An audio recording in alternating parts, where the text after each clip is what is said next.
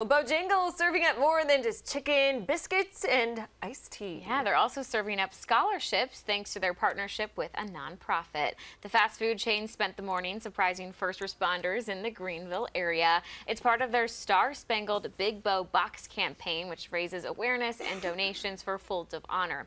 That charity provides scholarships for children of fallen or disabled military and first responders. Well, today, the Bow Heroes Mobile was fired up, bringing a meal to those serving the upstate. Excited today. We made 3 stops to fire departments, police stations to drop off some delicious chicken, biscuits, and tea to our first responders. We specialize in chicken. They specialize in doing what they do every day. So it was great to see the surprise on their face when we brought lunch and how appreciative they were.